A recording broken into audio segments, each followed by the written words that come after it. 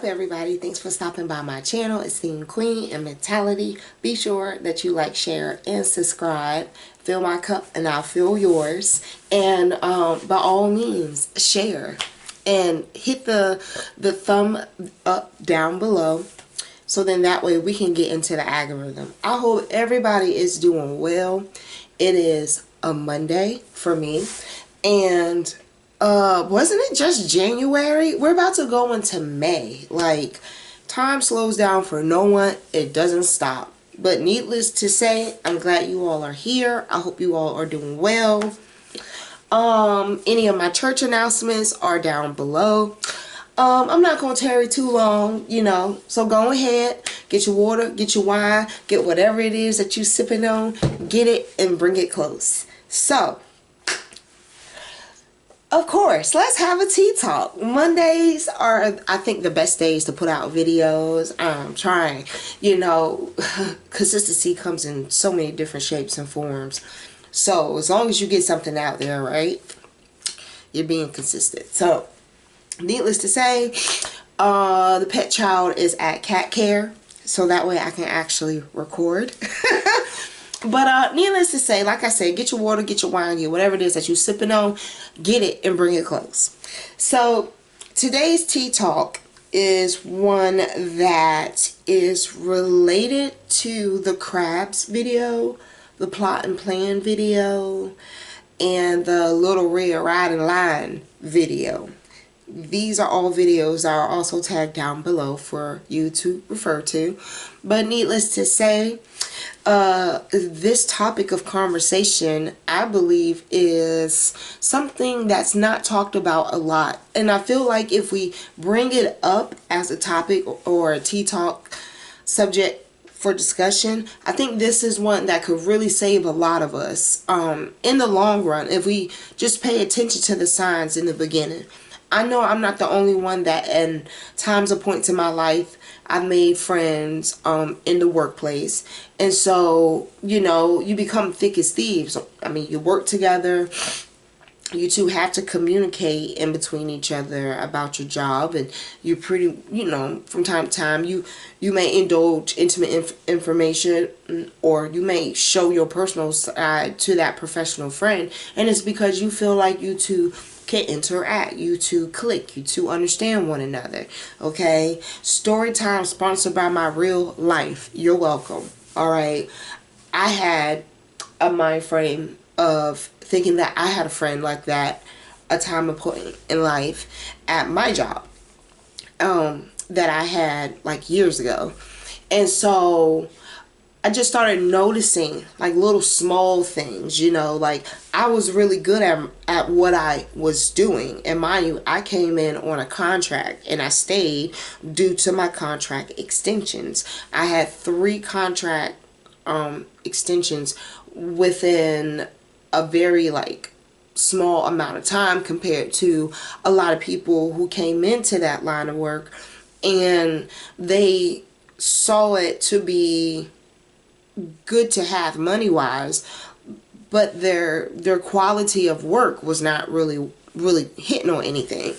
And so the one that was my supervisor, she was, of course, she was above me as far as like her job title and what it is that she was doing. Anything that I had issues with my job at that time, of course, like we'll make tickets and then we'll escalate them up. And so it just became, at some point in time or another, I just noticed when she was talking to me that a lot of her concerns were her getting her contract extended. Now, mind you, she was in a higher position than I was, so she knows about these round table talks as to who's going to get a call or get a message from the corporate office about who's going to stay on an additional 3 months at a time. And what do you know? There was 3 or 4 times I was topic of conversation.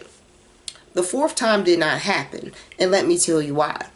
So as she continued to tell me, the supervisor friend was telling me, she's like, you know, her girlfriend was away at work. So she had just relocated to the Midwest to be closer to them. And so her contract, she knew that she had promotions within her contract, but they didn't extend it. So kind of feels like to me they were trying to get their money's worth out of her, but they weren't really looking too much in her direction. Okay, compared to me, no offense, respectfully. And so the more she became concerned, the more I had to start looking real close at the work that I had to send up to compliance to get approved, because it began to come back to me that, hey, some of these tickets are wrong. Your accuracy on your tickets went from 115% down to 30%. So we're going to have the supervisor friend be the one that you directly report to versus you reach out to this person. And so what was so crazy to me is that I would triple check, quadruple check before I send it up to be approved, and yet it will come back to me through another coworker that it was still incomplete or it wasn't accurate. And I had to think about that thing, like there's no possible way, because I know how to use caps lock, I know how to take it off and on, I know what I'm doing. So why is it that my work is coming back to me as if like I'm not suddenly doing something right? And then one day it just kind of clicked with me that she was manipulating my projects and my tickets. And of course, if they're sent to her and it's repetitive, it's going to show up in the system. So now she's at the table putting in words of opposition, letting it be known they don't feel as if like I should get my contract extended because all of these mishaps. And these mishaps, with my 4 eyes, 6 if I put in contacts, I don't see. So when it comes back to me and I see that my work is off and I write down everything, it's just like, okay, you looking like you got some paint on your hands. Because any other time before this, no one was messing with my stuff. No one was fucking with my conversion rates. And I was good. So why suddenly all of a sudden I just dropped the ball? Yeah, bitch, because you did it. And you did it because you was worried about what it is you could pick up from me and call it your own. Okay, whether that's you try to make me own a mistake that I feel is like Casper invisible. Okay, these things didn't come up until it came back to me, and that's damn sure not what I sent out. So we got a problem. All right, we passed crabs at this point to me. Bitch, we're on vulture level. Okay, I mean, I was so pissed. So we had a special team doing a special project, and one of the girls wanted to be a part of the special project, but she wasn't on the list. So she just keeps circling around. Hey, don't forget that you got a meeting at this time. Let me know if you need help. This, that, and the third. She weaseled her way in. She talked her way in some way, somehow, to be a part of this project. And so the supervisor friend was just like, well, you're going to have to talk to this other supervisor in this department because, I don't know why she's there. And I'm just like, well, you know what? I'm just going to ask as far as like where her purpose stands with her being on this project that her name was nowhere near on the paper to be a part of. So she takes that, screenshots it, makes it seem like I'm confrontational. She sends it, she doesn't send it to HR, but pretty much kind of like extortion almost, like blackmail, So when she had to continue to check my work, and I just got to a point where she would send me these huge ass paragraphs back being like, oh, well, this is what you did wrong and let me show you how. I'm like, okay, I don't need all of that because that slows down my time of getting things done. I just need you to make sure it's right. I don't understand why it takes all these Oprah Book Club paragraphs, all right, for you to tell me something simple. I know this work was not wrong when I sent it to you, and all hell breaks loose from there. The next call I got was talking about coming in for a discussion about severance pay. Next thing you know, she stays with the company for an additional year. Now, again, we all somehow, some way, we make friends how we make friends. We cultivate relationships how we cultivate relationships. I feel like once someone sees an angle or a side to you that either makes them feel inferior or it makes them take a step back and look at themselves, you know, those are red flags. And it's interesting why I say the word vulture, and it's because I think it's just a whole different being from a crab, you know, someone who's going to pull you down versus try to help you up. Hopefully you're that type of person that will turn around and extend your arm to help them once you see that the coast is clear once you get out. You know what I'm saying? Not everybody understands how to team build and work together as a team. Well, with vultures, I mean, they're circling and they're waiting for the slightest moment where you slip up in life. And then once you have your decline, that source of energy, resources, whatever the case may be, that's what they're going to come in and feed off of. And I was one of those guinea pigs for that, you know. It was a really good lesson in life to kind of confirm for me. Some people may say I'm mysterious, and then there's some people that will just say, you know what, I can't figure her out, I can't read her, so they write me off as sneaky. And at the end of the day, this is why you have to pay attention to everything that's around you. Even though people can stand right in front of you, and I understand birds and things with wings are the things that fly in the sky, but sometimes you need to think of people in that format, okay? You need to think of them in that light, okay? Not all people that are around you, circling you, is trying to see a whole 360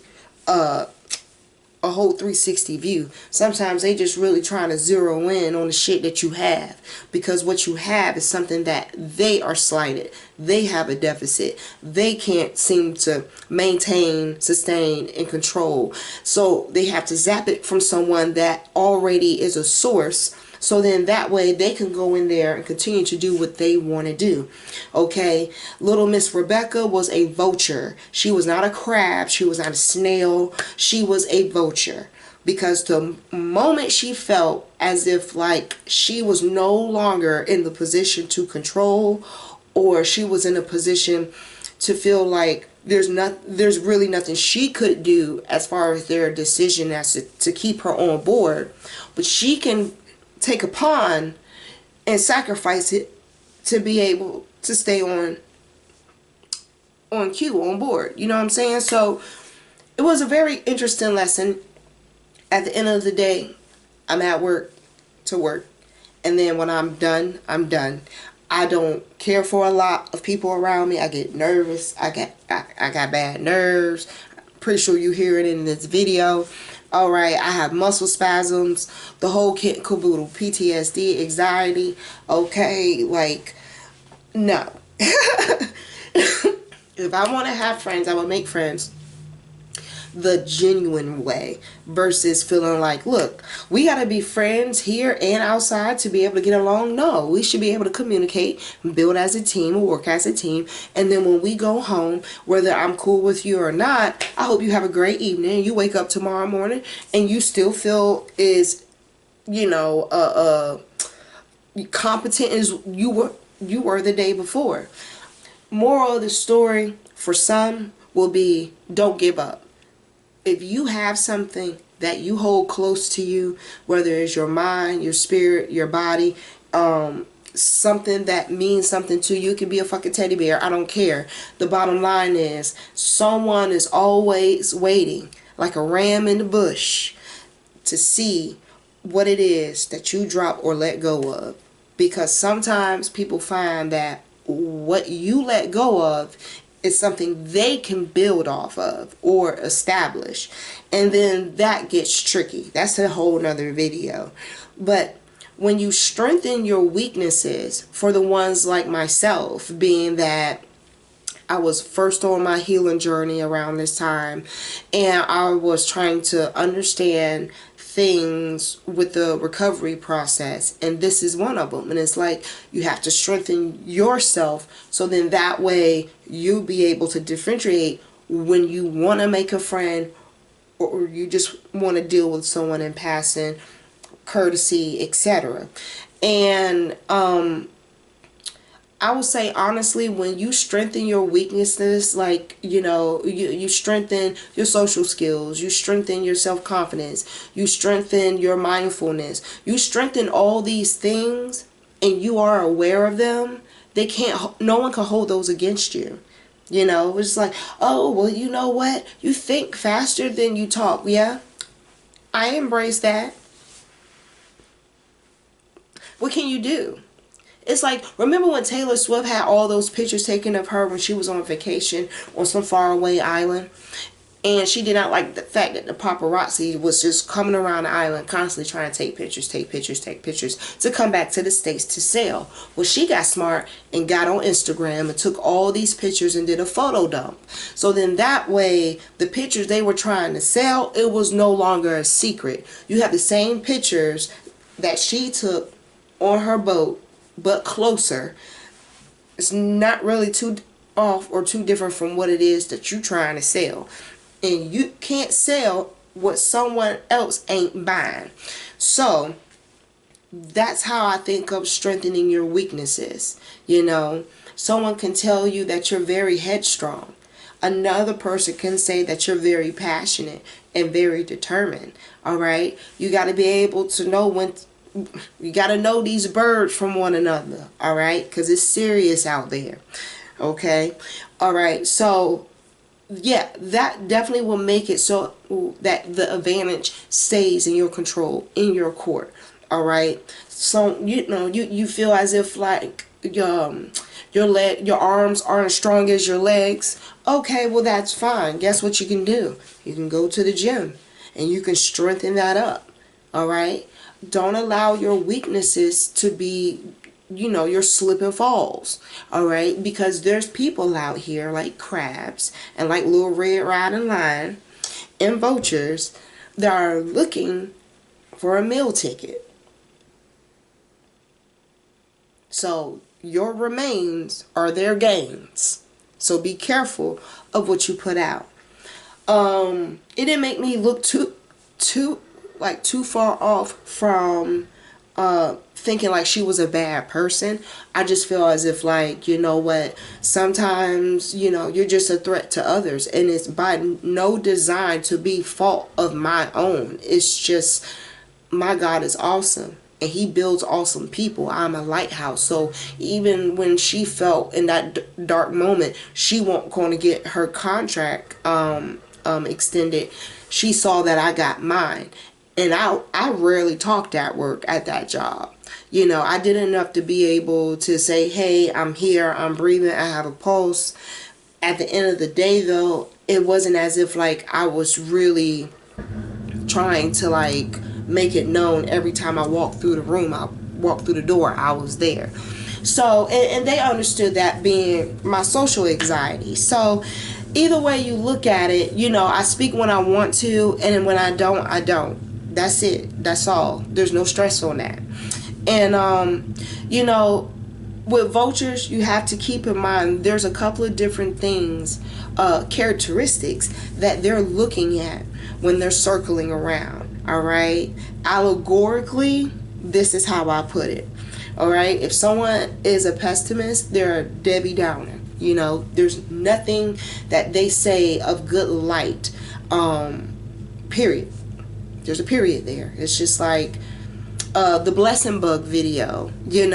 Literally, we had everything we needed, and yet you're going to counter the goodness that's coming towards you. Like, what is wrong with you? It's like, if you don't want happiness, that's fine, but you got to be able to understand how to build it on your own first. Okay, it doesn't include anybody else. There should be more interdependence versus independence or dependence in a relationship, period.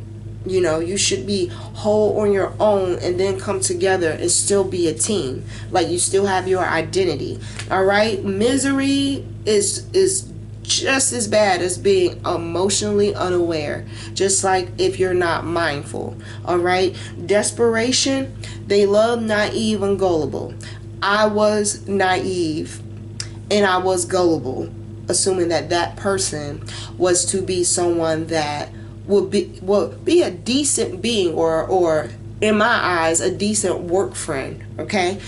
Not everyone has the same moral standards and principles, and I accept that. I receive that. So I'm much more selective of what I talk about with my coworkers. And that is just because my personality's changed a bit since this whole entire ordeal.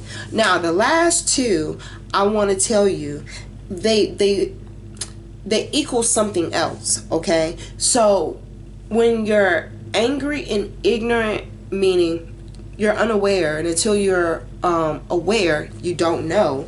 All right? Anger and ignorance are two dangerous things. And it's even more dangerous in these days and times, because you can be easily tempted and you can be easily groomed. Narcissists love targets that are strong. They're 100% strong. They're independent. You know, they're strong-minded. They're passionate. They're all those good, happy things that make a flower bloom, right?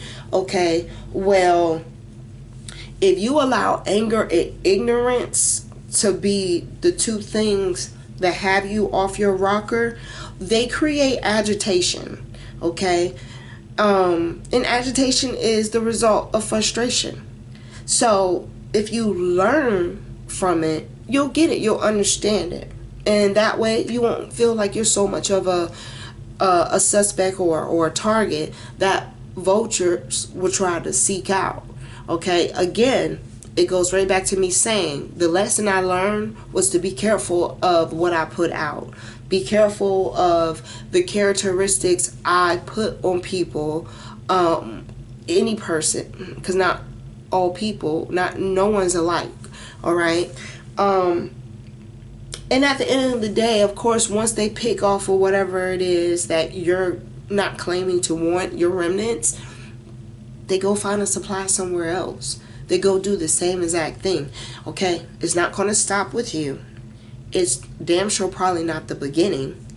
And, of course, everything has a return. But those vultures are going to continue to act like that until someone scares them off or someone tells them to go away in a way that they understand that they are not wanted. All right? So you tell me in life, what do you think, what would you consider to be a vulture? Child, I think bills are a vulture. IRS is a vulture. Department of Education is a vulture, especially with them student loans. But you know what? I try my best to stay consistent, stay on it. So then that way, it's just like if you pay the bill on time. You can't call nobody saying that they past due when they got record that they paid on time or early. You know what I'm saying? So put it down below. What do you believe could be vultures in your lifetime? By all means. So needless to say, be sure that you fill my cup and I'll fill yours. Like, share, and subscribe, and hit that notification bell down below so that way you get to know when I post all of my tea talks. And until next time, y'all take care and see you later.